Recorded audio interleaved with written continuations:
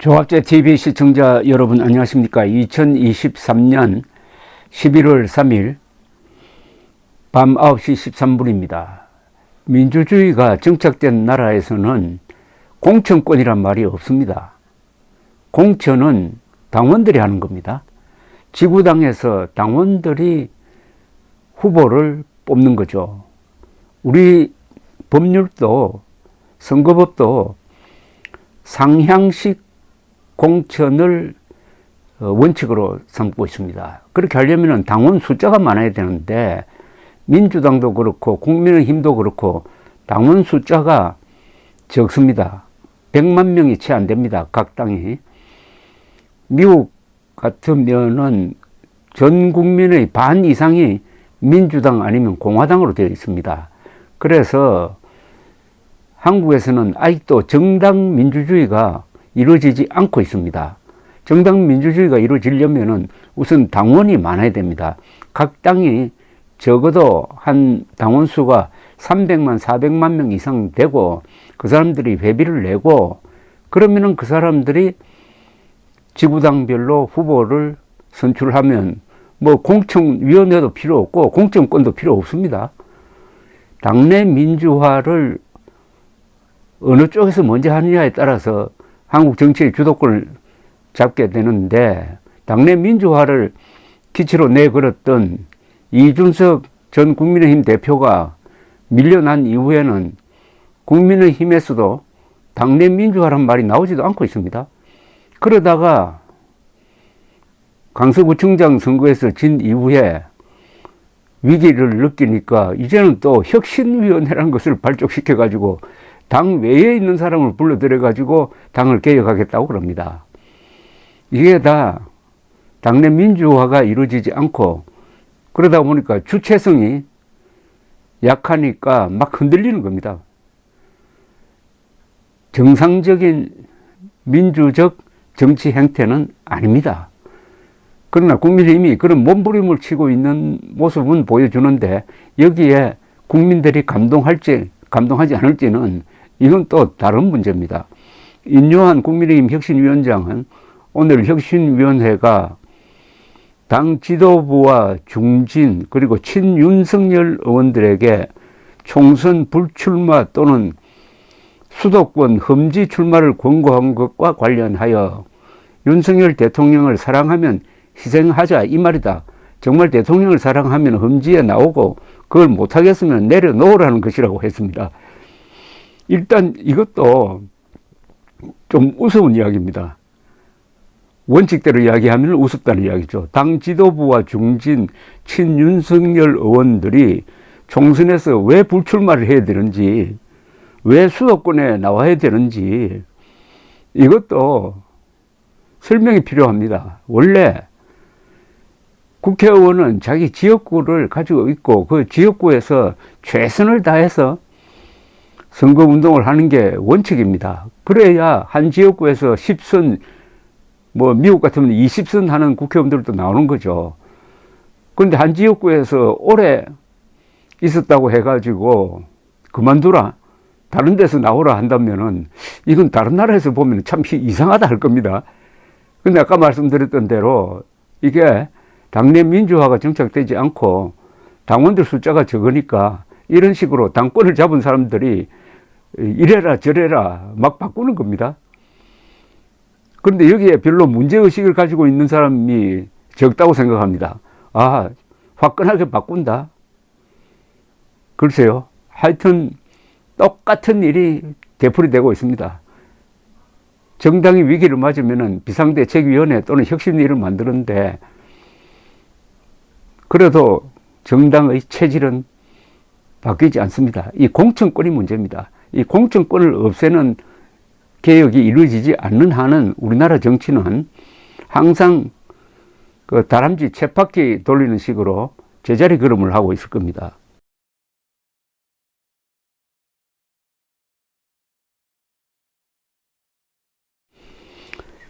인요한 위원장은 여의도 당사에서 혁신안을 발표한 직후 MBC에 출연해가지고 이렇게 이야기했습니다. 오늘의 혁신안 주제는 희생이었다. 국민이 희생을 하고 정치인이 이득을 봤는데 이제는 정치인이 희생하고 국민한테 이득을 돌려야 한다고 설명했습니다. 혁신안을 당 지도부가 수용하겠느냐는 질문에는 6주 안에 나 수도권 어디 나가겠다 라는 지도부 인사가 있을 것이다. 한번 지켜보자. 지도부에 용기를 가지라는 말을 하고 싶다는 취지의 이야기를 했습니다. 우리가 무슨 선대위가 아니다. 우리는 틀을 잡고 있다. 대한민국 사람 세계에서 제일 똑똑하다. 다 안다. 어떻게 해야 하는지 꼭 해야 할 길을 새삼스럽게 이야기하고 분위기를 만들어서 거기로 가게끔 하는 것이 우리의 임무라고 했습니다. 그러니까 공천권을 행사하는 선거대책위원회도 아니고 공천위원회도 아니고 대충 지침을 정하겠다는 뜻으로 보입니다. 인요한 위원장은 제가 듣기로는 지도부하고 대통령이 오늘인가 내일인가 만난다고 한다. 아마 이게 핫 이슈가 될 것이다. 울고 싶은데 뺨 한번 때려라. 뺨 확실히 때렸다. 이제 가서 울고 좀 대화를 나눠라. 제가 이철우 경북지사를 참 좋아한다. 그분이 얼마 전에 전화를 해서 동생 흔들어 놓은 거 아주 잘한 거야. 더 흔들어. 흔들어야 변해라고 하더라. 제가 거기서 힘을 받았다고 했습니다. 영남 중진이 빠진 자리에 친윤 또는 검사 출신들이 오는 것 아니냐라는 우려에 대해서는 그건 스스로 죽는 거다. 그거는 이상한 약을 먹고 죽는 거다라며 그건 있을 수 없다고 또 일축을 했네요. 인요한 위원장은 당내 문화도 바꾸겠다면서 문화가 유교 문화다. 굉장히 수직적이다. 대한민국이 민주주의 국가이고 엄청 발전한 나라인데 대통령께 노 할 수 있는 아니면 대통령은 노 하는데 예스다 라고 당대표나 사람들이 이야기할 수 있는 분위기를 만들어야 한다고 말했습니다. 이거는 이런 분위기를 만들려고 이준석 전 대표가 바른 말을 하니까 사가지 없다고 그러고 내부 총질이라고 그러고 하면서 대표에서 밀어내버렸는데 그러면 180도 바꾸겠다? 선거를 앞두고? 글쎄요. 인요한 위원장은 지금 당이 위기다. 나라가 위기다. 저는 혁신이 두 달이 제 인생의 가장 중요한 시간이라고 생각한다. 이게 단순히 당 문제가 아니다. 등등 이야기를 했습니다. 이제 선거를 앞두고 우리 정치판이 크게 변할 수 있는 지금 분위기가 형성되고 있습니다. 우선 민주당도 이재명계와 비이재명계의 갈등이 분당으로 갈 가능성이 있습니다. 즉 비이재명계가 탈당해서 새로운 당을 만드는 거. 그리고 국민의힘 쪽에서는 이준석 전 대표가 신당 카드를 계속 띄우고 있습니다. 그럼 이준석 신당, 민주당에서 비명계 신당, 지금 기존의 민주당, 국민의힘 이러면 4당 체제가 되는데 상당히 유동적입니다. 그런데 신당을 만들기 시작을 하면은 과반수 정당이 등장하기 어렵습니다. 과반수 정당이 등장하지 않으면 다당제가 되어버리는데 우리나라에 이런 예가 딱 한 번 있었습니다. 즉 1988년 총선에서 당시 여당이던 민정당이 과반수를 차지하지 못했습니다. 민정당, 그 다음에 김대중 씨가 이끌던 평화민주당, 김영삼 씨가 이끌던 통일민주당, 그리고 김종필 씨가 이끌던 신민주공화당, 이 4당이 서로 의석수를 나누어 갖는 바람에 한 2년 동안 한국 정치가 의외로 상당히 활력이 있었어요. 그러니까 어느 당이 독점적으로 끌고 갈 수가 없고 서로 협의를 해야 되니까 나름대로, 그러니까 1988년과 89년 2년 동안은 정치가 살아 있었습니다. 저는 그때의 추억을 그냥 근사하게 지금 간직하고 있는 사람입니다. 그러다가 노태우 대통령이 결국 3당 합당으로 감으로써, 즉 김영삼, 김종필 그리고 노태우 세력이 하나의 당을 만들어 가지고 민자당을 만들므로써 과반수를 점하고 여소야대가 끝납니다.